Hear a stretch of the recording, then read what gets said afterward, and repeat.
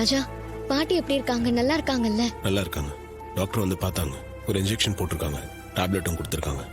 Injection போட்டதும் கொஞ்சம் பரவாயில்லையா இருக்குன்னு தான் சொன்னாங்க. ஒன்றும் பிரச்சனை இல்லை. பாட்டி நல்லா இருக்காங்கல்ல? இப்பதான் கொஞ்சம் நிம்மதியா இருக்கு. நீ ஃபோன் பண்ணி உன் அம்மா வரதை பற்றி சொல்லாமல் இருந்திருந்தா கண்டிப்பாக நானும் பாட்டியும் மாட்டியிருப்போம். நல்ல வேலை அப்படி எதுவும் நடக்கல. அவங்க வர்றது உனக்கு எப்படி தெரிஞ்சது? எப்பவும் போல கொஞ்சம் தண்ணி குடிக்கிறதுக்காக ஹாலுக்கு வந்தேன். அப்போ அம்மா ரூம்ல சித்தியும் அம்மாவும் பேசிட்டு இருந்ததை பார்த்தேன்.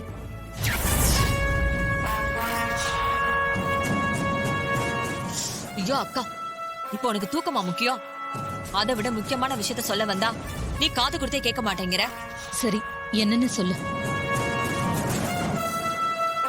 உன் டிரைவர் மாப்பிள்ள இந்த நேரத்துல அர்ஜென்ட்டா கார் எடுத்துட்டு வெளியில போயிட்டு இருக்கான். எதுக்குன்னு தெரியுமா?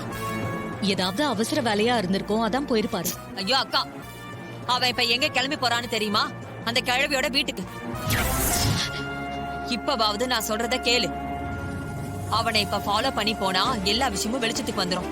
வா, உடனே போலாம். சரி, இந்த தடவை நான் மட்டும் போயிட்டு வரேன், நீ என் கூட வர வேண்டாம். அம்மா பாட்டி வீட்டுக்கு கிளம்பி போனதை பார்த்ததுக்கு பிறகுதான் உனக்கு ஃபோன் பண்ணி விஷயத்த சொன்னேன். உன் அம்மா பாட்டி வீட்டுக்கு வந்து நாங்கள் பேசுறத மறைஞ்சிருந்து பார்த்துட்டு இருந்தோம். நான் அதை பார்த்தேன். நான் யாருன்னு தெரிஞ்சுக்கிறதுல ரொம்ப ஆர்வமா இருக்காங்க. கும்பாபிஷேகம் நல்லபடியாக நடந்து முடிஞ்சதும் நானே அவங்க கிட்ட போய் எல்லாம் உண்மையை சொல்லத்தானே போறேன். நீ உண்மையை சொல்லணும்னு நினைக்கிறதெல்லாம் நல்ல விஷயம்தான். ஆனா அதனால என்ன பிரச்சனை வரும்னு நினைக்கிறப்போ ரொம்ப பயமா இருக்கு. எது நடந்தாலும் அதை ஃபேஸ் பண்ணி தானே ஆகணும். நல்லதே நடக்கும் நம்புவோம். ஆஹா, ஒரு 500 ரூபாய வெளியெடுத்தது தப்பா போச்சே. என்ன நம்மள பார்த்து வரானுங்க? ஐயோ சார், நான் வெளியூரு. இந்த 500 ரூபா தான் இருக்கு. வேணா ஒண்ணு பண்ணுங்களேன், இந்த 500 ரூபாய் வச்சுக்கோங்க. ஒரு 200 ரூபா கொடுங்க பஸ்ஸுக்கு. நீதான் இளையராஜாவா? என்ன கரெக்டா கேக்குறான்? ஏதோ வில்லங்கம் போல இருக்கே. இல்ல, கங்கை அமரன். ஆமா, எது கேக்குறீங்க? உனக்கு பாடுறதுன்னா ரொம்ப இன்ட்ரெஸ்ட்னு கேள்விப்பட்டோம். அதான் பாட கூட்டிட்டு போலான்னு வந்தோம்.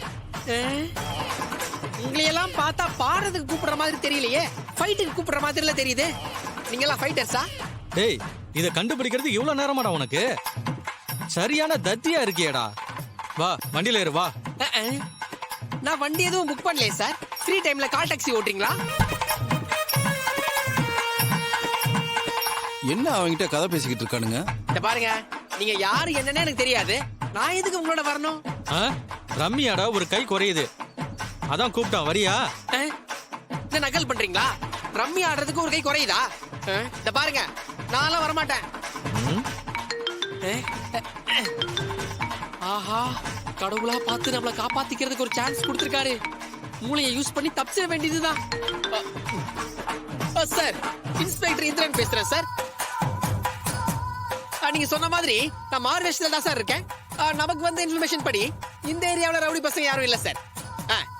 அப்படி யாராச்சும் ரவுடி பசங்க கண்ணில் தென்பட்டாங்கன்னா நான் உடனே உங்களுக்கு இன்ஃபார்ம் பண்றேன் சார். நீங்க உடனே நம்ம போலீஸ் ஸ்டேஷன்ல இருந்து ஒரு 5-6 துப்பாக்கியோட 2 ஜீப் நிறைய கான்ஸ்டபிள் அனுப்புங்க சார். நான் உடனே கைது பண்ணிடுறேன்.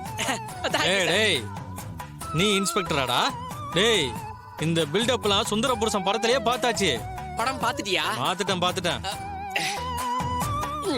உன்னை தூக்கிட்டு வர சொல்லி எங்களுக்கு உத்தரவு. என்ன தூக்கிட்டு வர சொல்லி உத்தரவு போட்டிருக்காங்களா? ஆமாடா. இப்ப வர போறியா இல்லையா? வாடா. வாங்க. என்ன அத்தை கிட்டன்னு சொன்ன பல்ல உடைச்சிருவேன். யாருக்கு யாருடா அத்தை? ஏன் தேவையில கோவப்படுறீங்க? ராஜன் மாமாக்கு நான் மருமகன்னா நீங்க எனக்கு அத்தை தானே. டேய், நடிக்காத.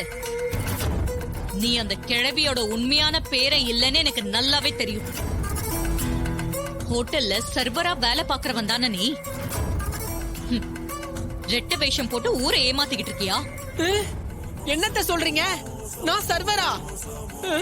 அத்தை, நான் ராஜா சேதுபதியோட பேரன்.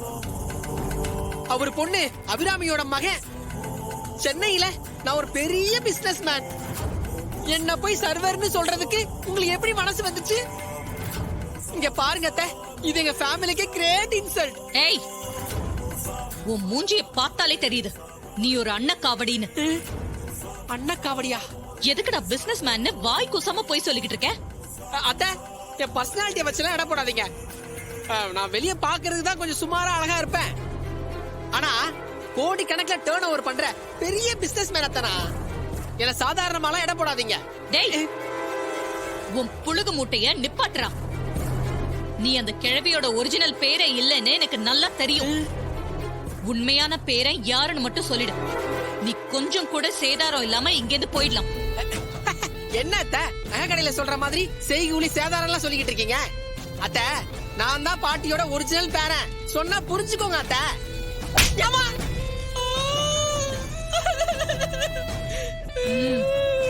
ராஸ்கல், என்னடா திரும்ப திரும்ப பொய் சொல்லிக்கிட்டே இருக்க? உண்மையை சொல்லுடா. அந்த கிழவியோட உண்மையான பேரை யாரு? அத்தை, ஏன் அத்தை இப்படிலாம் பண்றீங்க? என் பாவம் எல்லாம் உங்களை சும்மா விடாது. பாத்துக்கங்க. டேய், இவனை அடி வெளுங்கடா. அப்பதான் இவன் வாயில இருந்து உண்மை வெளியே வரும்.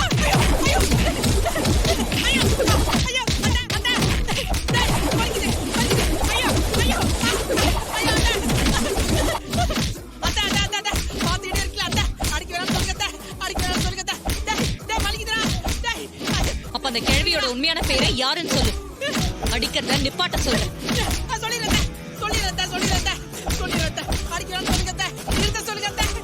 டேய், நிப்பாட்டுங்கடா. ரொம்ப தேங்க்ஸ் அத்தை. இப்ப சொல்லுடா, அந்த கிழவியோட உண்மையான பேரை யாரு? இங்க பாருங்க மேடம், அதெல்லாம் எனக்கு யாரும் தெரியாது. அந்த பாட்டியோட பேரை நடிக்க சொன்னாங்க, நடிச்சேன், அவ்வளவுதான். எனக்கு வேற எதுவுமே தெரியாது. டேய், என்னடா திரும்ப போய் சொல்றியா?